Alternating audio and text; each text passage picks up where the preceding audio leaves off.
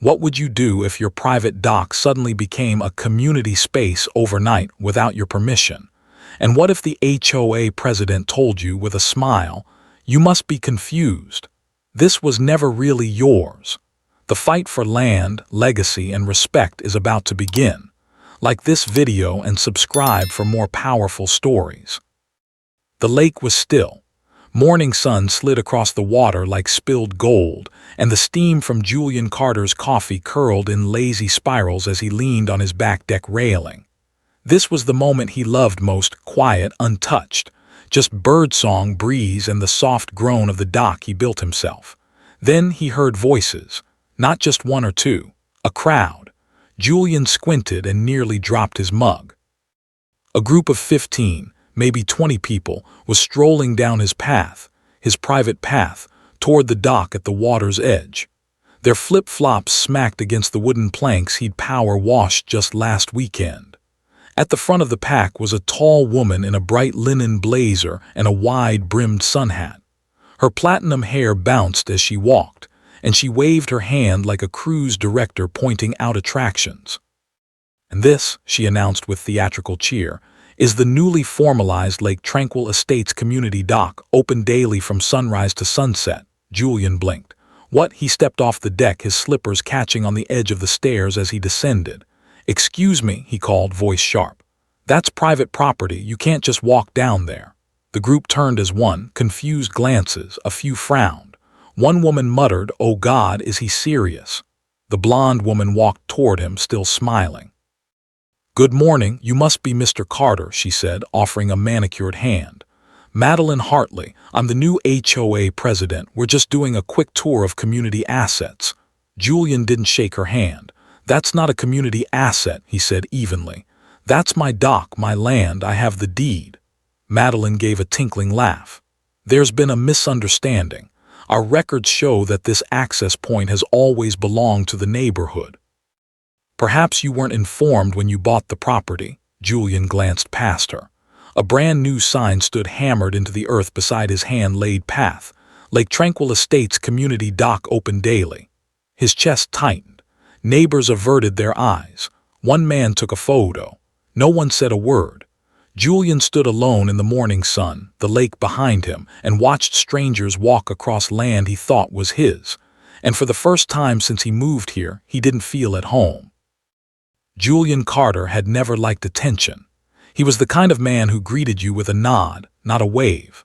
Who raked his leaves in the early hours to avoid small talk. Who read old war memoirs and made coffee the old-fashioned way, slow pour, no sugar, no noise. 6 years ago, he retired from a 28-year career in structural engineering, sold their brick ranch in Atlanta, and bought this lakefront house in Lake Tranquil Estates. He and Lillian had talked about it for years, a peaceful place, away from traffic and noise and everything they'd had to muscle through in the city. But just 6 months after they moved in, she was gone. Breast cancer, stage 4, no warning, no mercy. After her funeral, Julian didn't sell, he stayed. Maybe out of grief, maybe out of guilt, or maybe because of the dock, the one thing he built with his hands that still held her memory. They used to fish together there every Sunday morning. She'd pack sandwiches and say they tasted better over water. She was right. Everything tasted better when she was around. That dock had become his sanctuary, the last place her laugh still echoed in his mind. Julian had never gone to HOA meetings, never cared about the landscaping arguments or Halloween banner debates. He paid his dues on time, mowed his lawn, kept to himself. So when he saw Madeline Hartley's smug little grin this morning, that performative, patronizing smile, something stirred in him, something old, something tired of being polite. He'd seen that expression before, back when he was the only black engineer on site and someone questioned whether he was really qualified. He could have let it slide. He almost did. But that smile, that assumption, said something dangerous. It said you don't belong here, and that, Julian could not ignore it. He was 12 the first time someone stole his land. Back then, it was just a narrow lot in East Macon, a modest home with a peach tree out front and a porch swing that creaked with every breath of wind. His father had poured the concrete for the walkway himself, called it Carter stone. His mother filled the kitchen with gospel and gumbo. They didn't have much, but what they had was theirs, until it was. Julian remembered the envelope, thick, official, with the city seal embossed in gold. Eminent domain, it said, public infrastructure expansion project. Promises of community betterment, diagrams of a new parkway that would run straight through their block. They were told they'd be relocated, given compensation. "You'll be better off," someone in a suit said. But 2 years later, the road never came. What did come was a shiny commercial plaza with a real estate office, frozen yogurt chain, and condos that started at 400 grand. His father never recovered from it. "They smiled while they stole it," he said one night, sitting on a milk crate behind their rental home. "Never let that happen to you, Julian. Don't ever let someone trick you out of your land, son. You fight for what's yours." Those words had echoed inside him as he built the dock, every nail hammered in with care. Every board is sealed and stained by hand, not because it needed to be perfect, but because it needed to be theirs. After Lillian passed, it became the last piece of joy he had left. It wasn't just a dock. It was Sunday morning. Laughter over tangled fishing line. Her sun hat drifted off into the lake. So when Madeline Hartley claimed it as shared property, when she wrapped it in HOA terms and polite deception, Julian didn't just feel angry. He felt 12 again. And this time he wasn't leaving. The room smelled like lemon-scented floor polish and bad decisions. Julian sat near the back of the Lake Tranquil Estates Community Center, fingers laced together over a manila folder. The folding chairs were filled, neighbors sipping from tumblers, whispering behind programs, glancing at him like he was the storm cloud on a sunny day. At the front stood Madeline Hartley, flanked by 2 board members and a projector screen showing a cheerful PowerPoint. "And with just a modest investment of $20,000 from our improvement fund," she chirped, "we can transform our underutilized lakefront space into a true community amenity." The next slide popped up, a glossy rendering of his dock, surrounded by string lights, benches, and even a branded sign, Lake Tranquil Scenic Tour. Julian stood. He didn't raise his voice. "I'd like to clarify something." All eyes turned. Madeline's smile froze mid-glow. "That dock," Julian said, holding up his folder, "is not underutilized. It's not community property. It's mine." He stepped forward, laying out documents on the table like evidence in a trial. "This is the deed to my property. This is the certified survey filed with the county. You'll see the dock and access path fall entirely within my boundaries. There is no easement." Madeline approached, papers in hand. "Our records show a different boundary map," she said sweetly.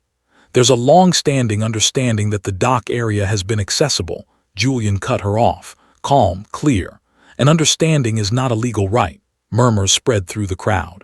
Madeline turned to the screen, clicking over to a scan map, blurry, outdated, marked in red ink. "According to this, filed in the early 90s. That's not filed with the county," Julian said. "I checked, twice." Someone in the audience asked, "Wait, are we building on land that's not ours?" Madeline's voice sharpened. "We've already partnered with a local business to enhance lakefront use.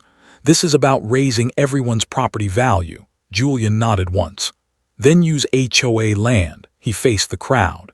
"Any construction on my dock without my written consent is trespassing, and I will pursue legal action." Silence. Madeline's jaw tightened. "We'll revisit this in closed session." Julian gathered his papers slowly, deliberately. He'd drawn his line. Let's see who dared cross it. No one spoke. The projector screen buzzed faintly, stuck on a frozen image of Julian's dock draped in digital fairy lights, a future that was starting to unravel. Julian stood motionless at the front of the room, his folder closed now, but his presence undeniable.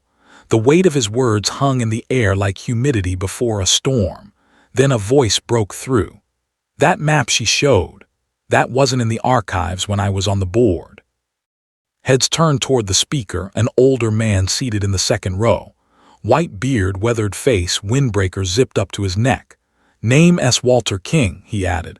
"Served on the HOA board 8 years. I handled property records. I've never seen that map in any of our files." Madeline turned toward him, her smile strained. Well, Walter, things may have been updated since then. County records don't update themselves, Julian said.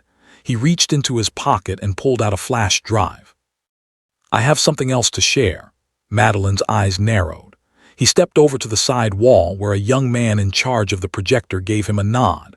A few clicks and the video played, black and white footage from a security camera mounted above Julian's deck. Timestamp: 5:57 a.m. The video showed Madeline and two men hauling a wooden post down his path, a box of tools in hand. By 6:14 a.m. the new sign stood planted in his soil. Julian turned to the room. No notice. No permission. No vote. For the first time, Madeline said nothing. And for the first time, Julian wasn't standing alone. It was 2 days after the meeting when the knock came. Julian opened the door to find Ronnie Sellers standing there, holding a pair of work gloves and a 6-pack of iced tea. Ronnie lived 2 doors down, a retired mail carrier with a booming laugh and a yard full of plastic flamingos. He'd always waved, always smiled. But lately those smiles had felt thinner. Julian raised an eyebrow. Everything okay? Ronnie looked sheepish. I came to talk and maybe help clean up that mess they left at the dock. Julian stepped aside. You're welcome to. They walked in silence down the familiar path. The fake community dock sign still lay in the grass where Julian had torn it out, its paint already chipping. I voted for her, Ronnie said finally. Madeline thought she was sharp, had all the answers. Julian didn't respond. He didn't need to. She said you were being difficult, that you were holding up progress, Ronnie continued. And I believed her. He crouched down and began gathering stray nails and zip ties. But I know what it's like to lose land. My family had 40 acres out in Jasper County, passed down 2 generations. County took it to build a dam reservoir, didn't even give us a chance to say goodbye. Julian looked at him, really looked. I'm sorry, he said. Ronnie nodded. Me too. Together they cleaned the area, removed splinters. Replaced the sign with a clean, hand-painted one Julian had kept in storage. Private property, owner access only, trespassing strictly prohibited. When they were done, they sat on the edge of the dock, legs swinging over the water. You built this yourself? Ronnie asked. Julian nodded. Me and my wife before she passed. Ronnie let out a low whistle. You can feel it, the care in it. The wind picked up, rustling the reeds along the shore. Later that evening, 3 more neighbors stopped by. One brought cookies. Another handed Julian a folded note, a simple message scribbled in blue ink. You were right to stand up. And as the sun dipped low behind the treetops, Julian stood on his deck, watching the quiet lake stretch out before him, no longer invisible, no longer alone. People were finally seeing him, not the story someone else tried to write about him. By the following week, the cracks turned into fractures. Julian sat in Amira Patel's law office, papers spread out across the desk like puzzle pieces. Outside, rain tapped the window in a steady rhythm, but inside, everything felt sharp and electric. She didn't just overstep, Amira said, pointing to a financial report from the HOA's last quarterly meeting. She redirected nearly $38,000 of community funds into a development project without member approval. Julian leaned in. For the dock, more than that, she said. Grading the shore, prepping new access paths, shoreline clearing, and it gets worse. She turned her laptop toward him. Meet Lakeview Developments, luxury resort builder, filed permit applications for a new lakeside retreat. Guess who signed as an independent planning consultant? Julian blinked at the name on the screen, Madeline Hartley. They needed your dock, Amira continued. Your shoreline completes their circuit. Without it, they can't get zoning approval for water access. Julian exhaled slowly. They tried to take it without a word, no offer, no negotiation, just assumed I'd fold, Amira nodded. They didn't count on you fighting back. That afternoon, Julian filed for an emergency injunction. By morning, the hammering stopped. A half-built boardwalk and stacks of unused lumber now sat in silent pause at the water's edge. But it didn't end there. Word spread fast. At the next HOA meeting, this time held in the community gymnasium to accommodate the crowd, residents filled every seat. People who'd never spoken to Julian now shook his hand. Speakers took the mic, Retirees, young couples, single moms. We trusted her. She spent our money. She lied to us. A motion was proposed. 1. Suspend all HOA development activity. 2. Open a full audit of financial records. 3. Begin a formal vote to recall the board. Hands rose, row by row, like ripples on a wind-stirred lake. Julian didn't speak until the end. "I didn't plan to fight the system," he said, voice low. "I just wanted to protect my peace. But sometimes standing still is exactly how you start a movement." And this time, nobody looked away. 6 months later, the lake shimmered under the same golden light that once greeted Julian on quiet mornings. But now something had changed. Not the water, not the trees, not even the breeze. It was the sound. Laughter, children, conversations floating on the wind like kites. A few yards down from his home, a new public dock extended out from HOA-owned land, properly surveyed, safely constructed, and funded with full transparency. No hidden deals, no buried motives. Just wood and water finally belonging to everyone. Julian had been invited to the ribbon cutting. He hadn't planned to go at first, but when a small envelope arrived, hand-delivered, signed by the new board president, something in him softened. Inside was a note. "None of this would have happened without your courage. Please join us." He showed up wearing his fishing hat and a clean button-down. In his hand was an old photo, weathered, edges curled, but still vibrant. It was him and Lillian on the dock, rods in hand, tangled lines, wide smiles. The kind of joy that lives in silence. When the new dock was blessed and the ribbon cut, Julian stepped forward and handed the photo to the board president. "I'd like this to hang in the new lake house pavilion," he said, "for everyone to see what this place can mean when it's built with honesty." The man nodded, mist in his eyes. "It'll go right above the fireplace." That afternoon, Julian sat on his own dock, rod in hand. The lake still as glass. He wasn't alone. Ronnie sat beside him, tossing bread crumbs to ducks. A boy from next door waved from the new dock. Someone played a soft guitar under the shade trees.